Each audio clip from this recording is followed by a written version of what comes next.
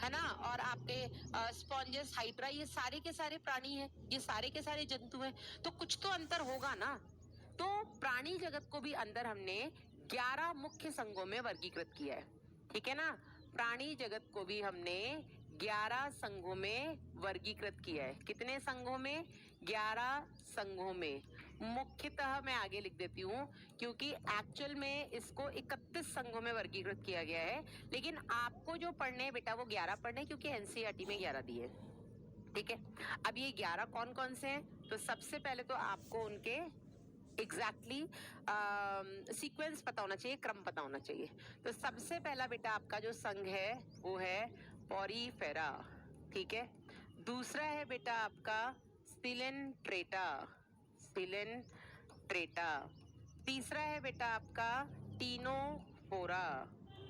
चौथा है आपका प्लेटी हेलमिंथिस, प्लेटी हेलमिंथीज, ठीक है। पांचवा है आपका एसके हेलमिंथीज, एसके हेलमिंथीज, ठीक है। इसके बाद है बेटा आपका सिक्स्थ है आपका एनीलिडा। सेवेंथ है आपका आर्थ्रोपोडा, आर्थ्रोपोडा। एट्थ है आपका मोलस्का। नाइन्थ है आपका इकाइनोडर्मेटा। नाइन्थ क्या है बेटा? इकाइनोडर्मेटा। 10th है आपका हेमीकॉर्डेटा, ठीक है। और आखिरी बेटा संघ है आपका कॉर्डेटा, ठीक है। तो हमें ये केवल 11 संघ पढ़ने हैं।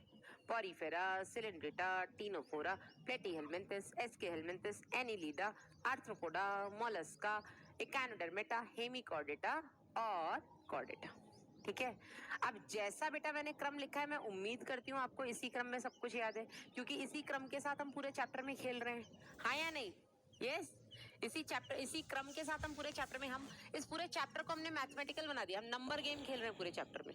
चलिए, तो ये बेटा प्राणी जगत को जो हमने 11 संघों में मुख्यतः वर्गीकृत किया है, किस आधार पर किया है? किस आधार पर हमने इसको वर्गीकृत किया है? वर्गीकरण के आधार क्या है, ठीक है ना। तो इसको बेटा हमने जब वर्गीकृत किया है, इसको हमने वर्गीकरण का जो आधार है, किस आधार पर बेटा हमने इनको वर्गीकृत किया है?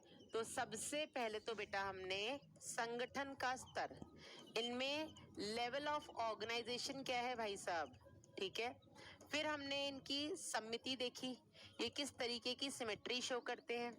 फिर बेटा हमने इनमें जर्म स्तर की संख्या देखी, ठीक है, जर्म स्तर की संख्या देखी। इसके बाद बेटा हमने इनमें, इसके बाद हमने इनमें देह प्रारूप देखा। एनसीईआरटी ने देह प्रारूप के बारे में लिखा है, देह प्रारूप के नाम से नहीं लिखा है, लेकिन इसके बारे में बताया गया है। फिर बेटा हमने इनमें देह गुहा देखी। इसके बाद हमने इनमें खंडी भवन देखा, और सबसे इंपॉर्टेंट बेटा जो यहाँ पर वर्गीकरण का आधार है, वो है आपका एक संरचना जिसको हम बोलते हैं नोटोकॉर्ड, ठीक है। तो ये बेटा वर्गीकरण के आधार है, जिसके आधार पर हमने प्राणी जगत को 11 संघों में मुख्यतः डिवाइड किया है, ठीक है। यहां तक क्लियर है?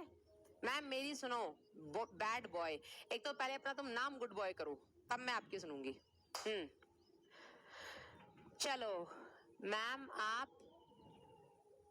मुस्कान की फ्रेंड लग रही हो, हे भगवान। ज्यादा हो गया, चलिए। हाँ जी, यहाँ तक क्लियर है? ओए मेहरान शेख, चाटा खाएगा अभी? यहाँ तक क्लियर है? एक बार थम्स अप कर दो। वासु क्या कर रहा है बताओ? वासु अपने पापा के साथ घूमने गया है, घूमी घूमी, सुबह उठते लेट्स गो घूमी घूमी। He's so fond of. Yes. Dan, अरे भैया थम्स अप करो, बकवास नहीं करनी है। हाँ जी, चले आगे बढ़े। हाँ जी, थैंक यू भैया, थैंक यू। मैम मैंने मैसेज किया, आपने देखा नहीं? अरे प्रीति, देख लेंगे बेटा। यस, मैं इस चैप्टर को पहली बार पढ़ रही हूँ, डिटेल में पढ़ा देना। अरे मेरा बेटा आकाश बोल रहा है कि मैम मैं इस चैप्टर को पहली बार पढ़ रहा हूँ, मैं शायद देख नहीं पाई, थोड़ा डिटेल में पढ़ा देना बेटा। चाहे पहली बार पढ़ो चाहे आखिरी बार पढ़ो, ये अपना वन शॉट चल रहा है, ये अपनी उम्मीद आखिरी होप चल रही है, ठीक है।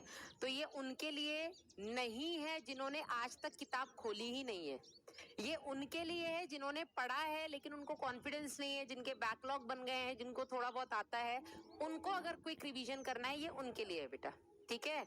अगर आपने बिल्कुल ही कुछ नहीं पढ़ा है तो मैं ये कहूंगी जाकर के एक बार लेक्चर देखो, बेशक 1.5x या 2x स्पीड पे देख लो, उसके बाद आकर के आप उम्मीद रिवाइज कर लो, आपका चैप्टर ऑन टिप्स हो जाएगा। चलिए आगे बढ़ते हैं बेटा।